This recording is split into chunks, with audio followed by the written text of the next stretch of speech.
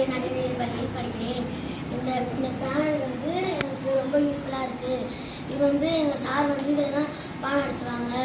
இது பாடம் நடத்துறது வந்து எனக்கு ரொம்ப பிடிக்குது. இது வந்து டீச்சர்ஸ் எல்லாம் பாடம் நடத்துவாங்க.